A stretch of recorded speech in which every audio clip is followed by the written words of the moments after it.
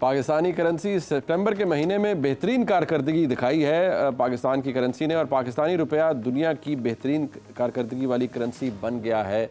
ये ब्लूमबर्ग की रिपोर्ट है। तकरीबन 6.2% की बेहतरी आई है। ये आलमी इदारा कह रहा है। फ़र्क बहुत पड़ा है और डॉलर की कीमत नीचे आई है, उसकी कदर नीचे आई है, रुपया तगड़ा हुआ है। ये हुआ कैसे है और रियासत का डंडा चला तो चला कैसे, और क्रैकडाउन हुआ कैसे, लोगों ने क्या किया हुआ था, ये तमाम वो सवाल हैं जो आपके जहन में है। मलिक बोस्तान साहब हमारे साथ मौजूद हैं जो कि चेयरमैन है एक्साइज एसोसिएशन के। बहुत शुक्रिया मलिक साहब। पहले तो ये बताइएगा, ये सिलसिला लोग बहुत इंटरेस्टेड है कि ओपन मार्केट में भी नीचे आ गया है, तो आपके नज़दीक अभी भी कितना क्रैकडाउन होना बाकी है और असर कितना पड़ेगा इसकी कदर के ऊपर अगले एक महीने के अंदर इंशाल्लाह?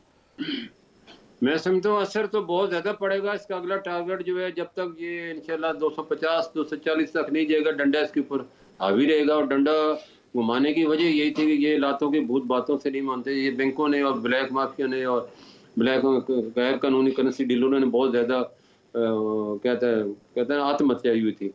उन्होंने पाकिस्तान की मैशत को जो है खिलवाड़ा बनाया हुआ था, और सब ने मिल के।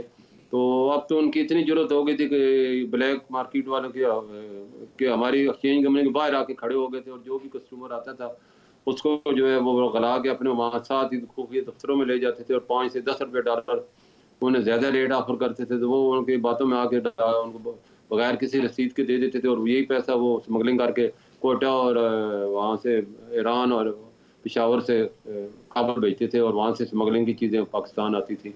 तो ये दोनों चीज़ें मैंने जब लॉ इन्फोर्समेंट एजेंसी से मीटिंग की, उन्हें बताई, उनके इल्म में लाया कि मैंने पानी सर से गुजर चुका है। ऐसा नहीं कि पाकिस्तान ये हमें भी ले डूबेंगे और पाकिस्तान को भी ले डूबेंगे। आप एक्शन लें इनके खिलाफ, वरना पाकिस्तान का रुपया कहीं 400 का 500 का भी हो जाएगा।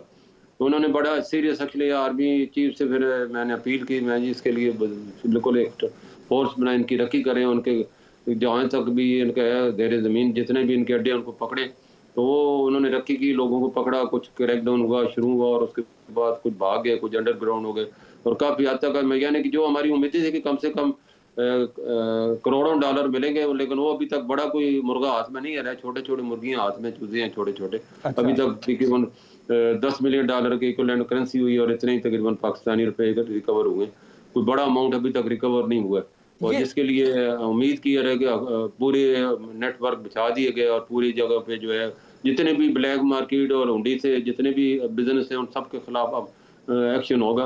आपने देखा कुछ दिन पहले गाड़ियों के बारे में रेड भी हुआ है, उनको नोटिस दिए गए कि आप जितनी भी। अच्छा, ये मलिक साहब ये बताइएगा, सबसे ज्यादा किस शहर के अंदर ये ब्लैक मार्केटिंग की गई है डॉलर की, और किस शहर से सबसे ज्यादा स्मगलिंग की गई है डॉलर की, अगर आपकी ऑब्जर्वेशन में क्या आया है?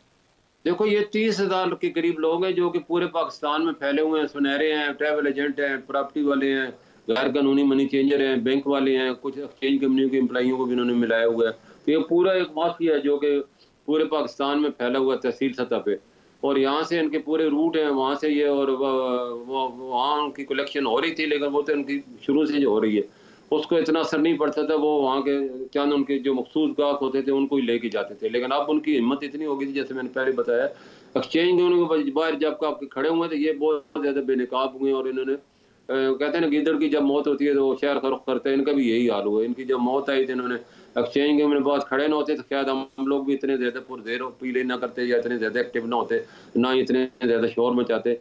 अब जब हमने देखा ये तो पाकिस्तान की तबाह कर देंगे, और इतनी इनकी जरूरत बढ़ चुकी है, और इनको इतनी सपोर्ट है किसी की कि ये जो है हर चीज़ को खौफ ही नहीं है, जैसे बिल्कुल पूरी स्टेट के मालिक यही है। तो यही हुआ जिसका नतीजा था, उसका अल्लाह का शुक्र है। तो ये आर्मी चीफ को मैं समझता हूँ पूरी कौम की दुआएं उनके साथ, अल्लाह उन्हें कामयाब करे, और ये उनका जो विजन है इसको कामयाब बनाए। उन्होंने कहा कि गैर कानूनी हर चीज़ को मैं रोकूंगा, और हुंडी हवाला का खात्मा करूंगा, माफिया का खात्मा करूंगा।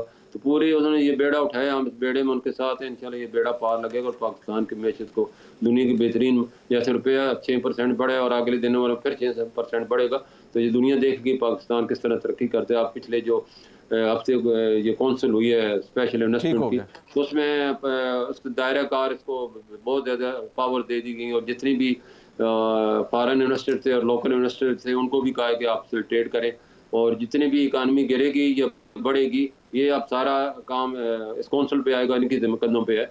अब ये इसको चाहे कंधों से उठाते हैं या ज़मीन पे गिराते हैं, ये इन पे पूरी इनको इख्तियारात दे दी गए, और जितनी भी टास्क फोर्स बना दी गई है FBR की, जो कि 5 से 6 हज़ार अरब टैक्स कलेक्शन करती जो लोग नहीं देते। बड़े अच्छा विजन है और बड़े अच्छे फैसले हुए हैं। इसी तरह उन चीज़ों को भी रोका जा रहा है जहाँ लीकेज है, और उन चीज़ों के रेवेन्यू बढ़ाने के बहुत अच्छी बात तदबीरें की जा रही हैं। बिल्कुल तो उसका मकसद एक ही है कि पाकिस्तानी रुपया मजबूत और पाकिस्तान अपने पाँव में खड़ा हो जाए। बिल्कुल ठीक। हमारी बड़े बहुत शुक्रिया, बहुत शुक्रिया मलिक बोस ने अपना कीमती वक्त दिया। अच्छी खबर पाकिस्तान के लिए, रियासत ने अपना डंडा चलाया है और करेंसी स्मगलिंग के ऊपर को रोक दिया गया है और डॉलर के कीमत कदर के हिसाब से पाकिस्तान की करेंसी ने बेहतर परफॉर्म किया है। मलिक बोस्तान साहब कह रहे हैं कि इस महीने भी इंशाल्लाह 6% से ज़्यादा ही पाकिस्तान की करेंसी रिकवर करेगी, तो उनके ख्याल में ये 240-250 रुपये पर डॉलर को आना चाहिए। मुस्लिम लीग नून इंतखाबात के लिए ख़ुद को तैयार कर रही है। मरियम नवाज शरीफ ने कुछ देर पहले ट्वीट किया कि वो अपने जलसों का आगाज़ कर रही हैं, मुख्तलिफ कॉन्स्टिट्यूंसीज़ में जाएंगी। लाहौर की ख़ास तौर पर जहाँ वो तैयारी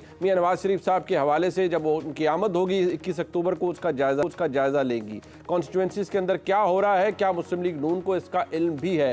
मुस्लिम लीग नून का बयानिया अब मुज़ाहमत का नहीं रहा और ये मुज़ाहमत का बयानिया बड़ा शॉर्ट लिव्ड था और अब मफाहमत ही की बांसुरी बजाई जाएगी।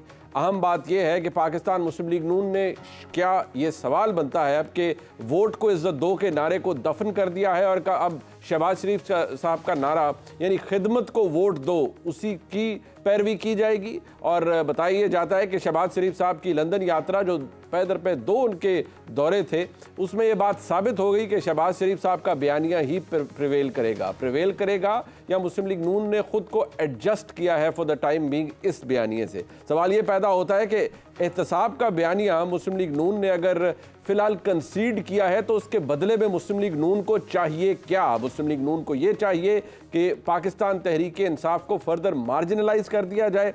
पाकिस्तान तहरीक इंसाफ के रहनुमाओं के हवाले से मुस्लिम लीग नून ये ज़रूर कहती है कि जो लोग किसी न किसी जुर्म के अंदर मुलव्विस हैं उनको तो बिल्कुल मौका नहीं मिलना चाहिए, लेकिन अगर कोई शख्स साफ है पाकिस्तान तहरीक इंसाफ के अंदर तो उसको इंतखाबात में हिस्सा लेने का मौका भी मिलना चाहिए। इलेक्शन कैंपेन भी पाकिस्तान तहरीक इंसाफ को करनी चाहिए, लेकिन क्या ये मुमकिन है। मौलाना फजलुर रहमान साहब की ख्वाहिशात कुछ और हैं, मुस्लिम लीग नून कुछ और चाहती है। पाकिस्तान तहरीक इंसाफ इस वक्त मजलूमियत की मिसाल बनी हुई है। पाकिस्तान की सियासत के अंदर हो क्या रहा है, मामला जाएगा कहाँ, इस पर अब ज़रा तफसीली गुफ्तगू की जाएगी।